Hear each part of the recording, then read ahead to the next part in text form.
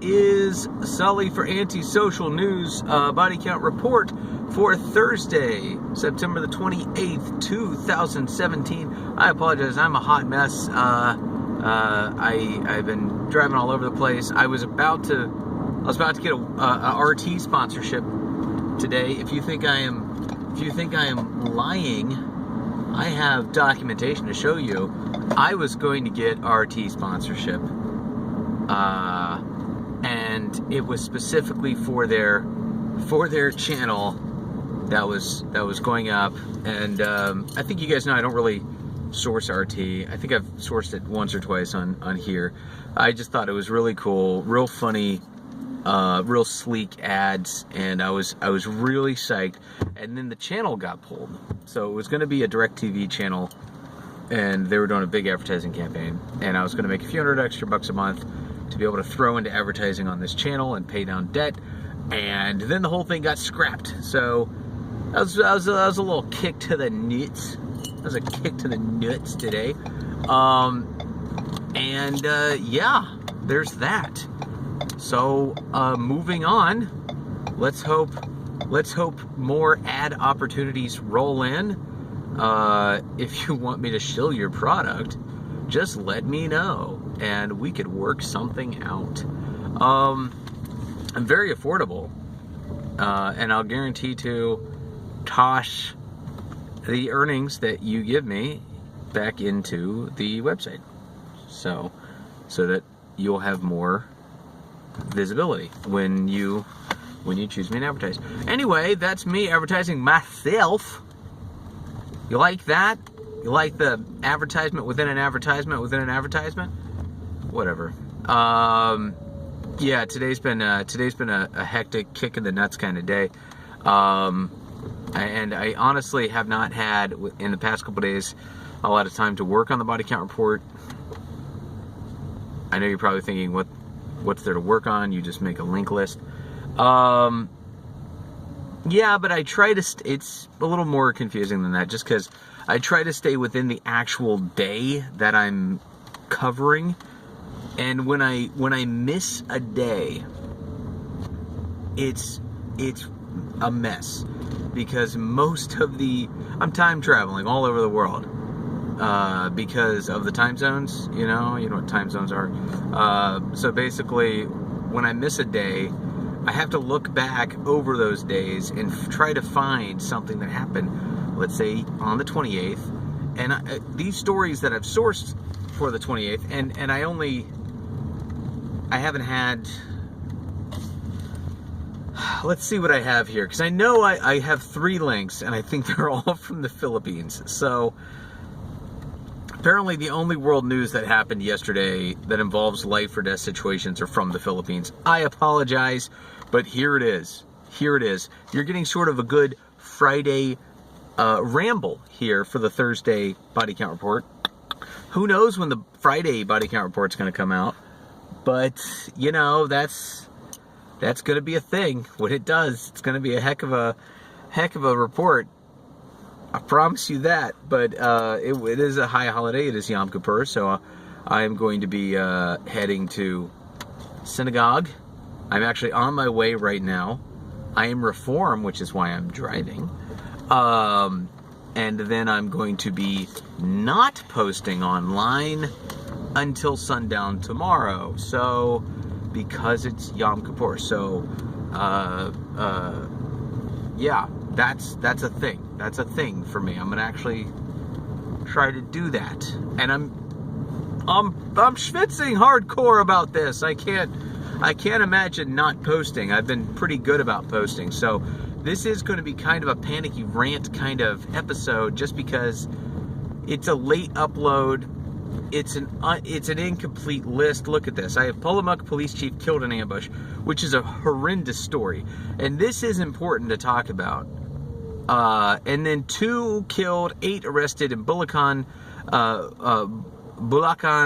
drug bust, and then the ASG abducts Jolo councilor. So these 3 stories, the first 2 are actually related, because the first 2 are about the drug situation, and then The last one is about the Abu Sayyaf group, which is the dirty pirate terrorists in the Philippines, which, you know, I don't really talk about that much because, I mean, to be honest, they're just scuzzbags, and normally they're getting low level targets. They're bothering workers in the sea there, but this time they've actually taken a councilor. So these stories are pretty interesting. 3 stories, and since it is a short list, get there and read them. This is Manila Times, and I want people to actually read the Manila Times regions section here. It's so good. It's so good. I cannot emphasize this enough. These guys cover so many crazy stories that it'll just blow your mind how much stuff is there, how much stuff is out there, how much stuff is going on in the regions, in the Philippines. And I keep breaking it down every week, and I'm almost tired of breaking it down, but I love covering the stories. So check it out. Check out those stories. Check out my acronyms. I love playing with the acronyms. Moving back to what I'm talking about, the drugs. We got the drug stories. That's something I've been kind of ignoring in the Philippines, just because it's something that everybody's been talking about. Everybody's been talking about the war on drugs in a bad way. They've been talking about how Duterte's war on drugs is crazy, it's unfounded, it is a human rights crisis, and it is causing like a citizen versus citizen situation in the Philippines, which in some areas that is true. But the reason why there are a lot of people who support Duterte and what he's doing is because there actually are really, really bad drug people in the Philippines, and a drug problem in different parts of the Philippines. And that's why I've included these 2 stories, which are pretty crazy. The one about the Polomolok police chief killed in the ambush. This is a nutsy story. This guy was looking into the drug cartels in the area, and the drug syndicate just went into a restaurant, gunned him and the people he was with down. They've all sustained serious injuries. He is dead. So very targeted, very lethal. They do not care about human life. They make Duterte look like a humanitarian. That's how bad some of these drug people are. They make the Muslim terror groups look friendly. That's how terrifying some of these drug syndicates there are. So keep an eye on these stories. I'm gonna find more of them like this. Also, there's the big raid, and you can see sort of the other side where you have the federal government taking the strong arm to the drugs and to the drug dealers. With the second story I put in here: 2 killed, 8 arrested in Bulacan drug bus. So check that out. Once again, very interesting stories about the drug busts in the Philippines and the drug criminals in the Philippines. And then, of course, Abu Sayyaf, the Abu Sayyaf group, bunch of scumbags.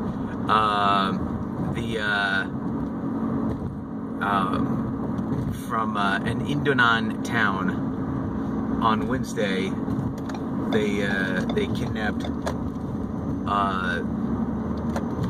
the councilor. So, okay, sun's going down. I'm gonna wrap this up. Real rambly, I apologize. I'm gonna put a link to I think my 2 other favorite websites to look at. So if you want to follow those, to look at some of the Nigeria crisis,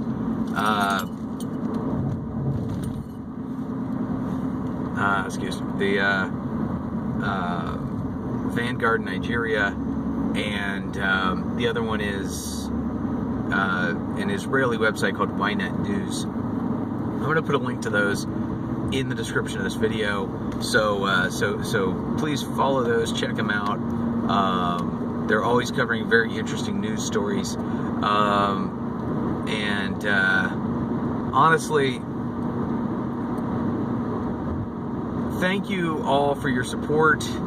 I apologize for unprepared, rambling videos like today's. I'm just scattered to the four corners of the map. I am really out of it today. I apologize. But that's what you're gonna get sometimes with these daily uploads. So there's that. Blah, blah, blah.